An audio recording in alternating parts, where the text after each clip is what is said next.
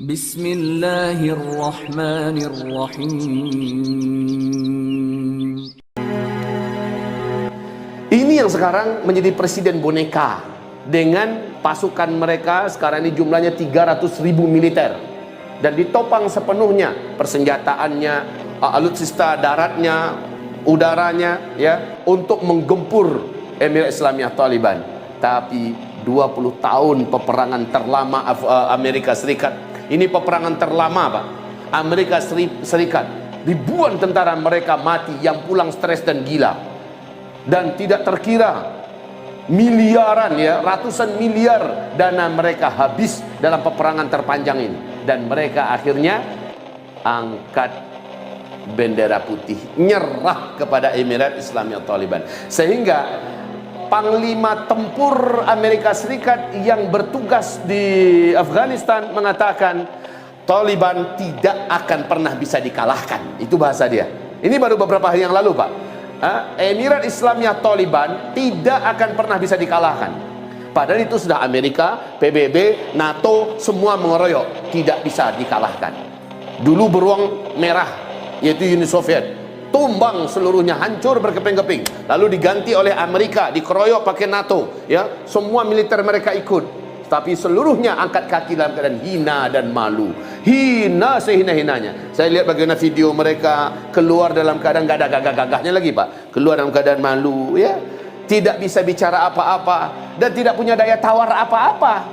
Amerika terhadap Emirat Islamiyah Taliban. Mereka dipastikan harusnya 11 September 2021 ini sudah keluar semua, tapi sekarang mereka percepat. Apa kata Joe Biden?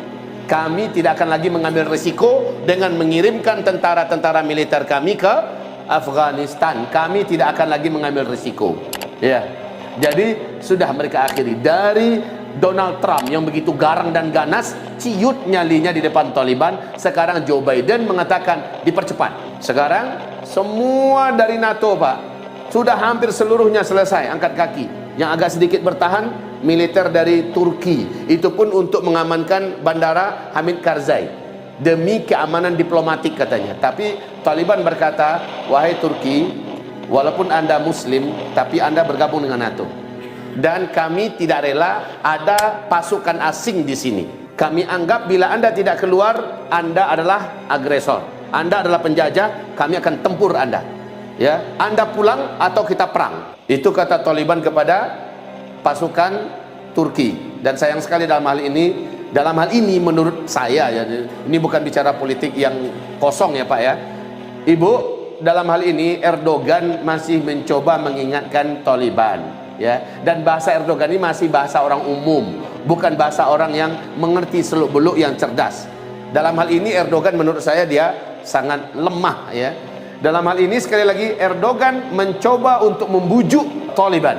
Lalu apa kata para pengamat dari Inggris, dari Jerman, dari Amerika? Apa kata mereka? Erdogan harus tahu yang dia hadapi ini siapa. Bukan kelompoknya Bashar Assad, bukan kelompoknya Khalifah Haftar yang di Libya, bukan ISIS yang dihadapi, tapi yang dihadapi adalah Taliban. Maksudnya apa mereka bicara? Yang dihadapi adalah jago perang tak terkalahkan. Siapapun Turki, ya, jangankan Turki, Uni Soviet saja hancur. Jadi dalam hal ini semoga Turki saat pertemuan nanti dengan Taliban mendapatkan jalan yang baik buat mereka. Jangan mereka mau diadu sesama Muslim. Dan Taliban sudah final. Kami akan mau menjalin diplomatik dengan negara manapun, tapi tidak militer mereka ada di negara kami. Itu prinsip Taliban. Sekarang Taliban resmi mengumumkan di televisi dan mengumumkan kepada dunia mereka telah menguasai 85% dengan sangat cepat. Bersamaan dengan pengumuman Joe Biden bahwa tentara mereka akan ditarik seluruhnya dari Afghanistan, Taliban langsung menyapu bersih semua distrik-distrik yang ada. Ratusan distrik berjatuhan ke pangkuan Taliban. Dan rakyat berseru dengan penuh takbir, dengan penuh gembira. Ya, bagaimana perbatasan-perbatasan juga dikuasai kembali oleh Taliban. Lalu larilah tunggang langgang, bahkan banyak pasukan demi pasukan, batalion demi batalion pemerintahan boneka ini yang sudah tidak didukung lagi oleh Amerika, sudah tidak didukung lagi oleh NATO dan sebagainya, menyerah mereka serahkan senjata, mereka serahkan seluruh amunisi, alutsista yang ada, mereka serahkan semua, mereka menyerah. Yang menyerah dibiarkan oleh pasukan Mujahidin Afghanistan, Emirat Islamiyah Taliban. Dibiarkan, pakaian anda dilucut, anda jadi rakyat. Yang mau bergabung menjadi tentara, kami akan sortir, dididik dulu agamanya, baru dijadikan sebagai mujahidin. Kalau mau jadi rakyat biasa silakan, tapi kalau masih perang, kami akan berikan kepada anda.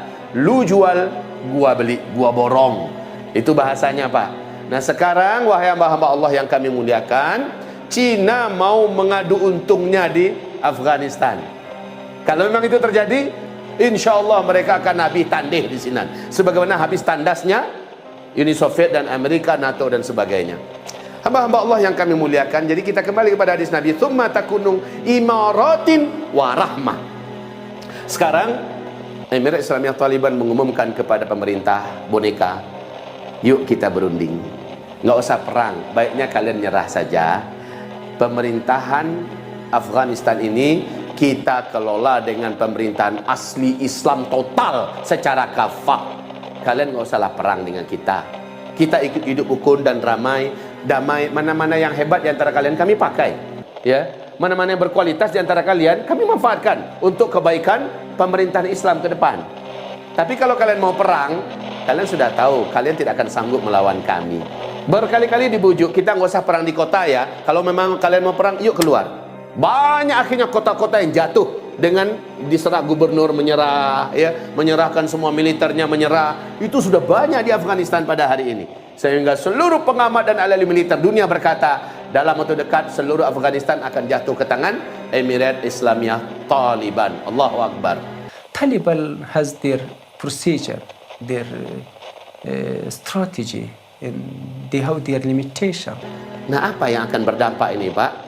Sekarang kalau Taliban menjadi pemenang, dia menjadi pemenang yang mutlak dan absolut, pemenang yang total, dan tidak akan ada lagi negara yang berani menyerangnya, memeranginya, bagaimanapun bentuknya. Sebab yang dihadapinya, Pak, bukan negara kacang-kacang.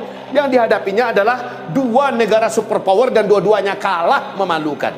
Siapa yang berani melawan lagi? Siapa yang berani menentang lagi Emirat Islamiyah Taliban? Tidak ada. Kemenangan besok ini adalah awal kemenangan Islam. Demi Allah, itu awal kemenangan Islam. Cita-cita pertama daripada Emirat Islamiyah Taliban setelah merapikan negara, setelah menenteramkan dan mensejahterakan rakyatnya, pendidikan kembali berjalan, semua kehidupan kembali tenang, ya. Mereka mempersiapkan pasukan 20.000 pasukan elit untuk memerdekakan Masjidil Aqsa. Itu cita-cita mereka setelah mereka menyelesaikan mengamankan seluruh Afghanistan. Allahu Akbar. Wahai kaum muslimin yang kami muliakan, maka teringatlah oleh saya, pasukan yang akan memimpin, pasukan yang akan menjadi bala tentaranya Al-Mahdi di akhir zaman adalah dari Khurasan, kata Rasulullah. Pasukan yang selalu berperang dan selalu menang dan tidak pernah dikalahkan. Maka siapa itu, Pak? Bendera mereka adalah bendera La ilaha illallah. Saya sangat yakin kalau Allah izinkan ini, dan insya Allah pasti Allah izinkan ini, maka mereka bergerak menuju Syam. Satu persatu disisir oleh mereka, Pak, bergabung dengan mujahidin yang ada, dan mereka tetap membesarkan kepentingan wujudnya khilafah Islamiyah. Karena dalam hadis sahih Imam Muslim, khilafah Islamiyah tidak akan diumumkan di Afghanistan, tidak akan pernah diumumkan di Arab Saudi, di seluruh negeri Arab, tidak akan. Pemerintahan khilafah Islamiyah yang nanti akan sifatnya mendunia, diumumkan berdirinya adalah dengan ditaklukkan Baitul Maqdis, dan di sanalah diumumkan nanti khilafah Islamiyah. Maka kata Rasulullah, pada saat itu negeri teraman seluruh dunia adalah Palestina. Negeri teraman, mujahidin terkuat dan terbaik ada di Palestina. Dan dengan cepat mengembangkan sayapnya. Dan lalu setelah itu mereka sangat yakin, karena hadisnya melanjutkan, saat khilafah Islamiyah diumumkan di Palestina, setelah dibebaskan Baitul Maqdis, seluruh dunia mengalami gempa bumi yang sangat besar, banjir yang sangat mematikan, perang di seluruh kota dan negara, ya, mengalami hal-hal yang terburuk. Yang aman cuma Palestina, kata Rasulullah. Yang aman hanya Palestina. Jadi kalau seandainya ada niat yang baik, Bapak Ibu semua, untuk mau hijrah ke sana, memenuhi kata-kata Rasulullah kepada Abdullah ibnu Rawahah.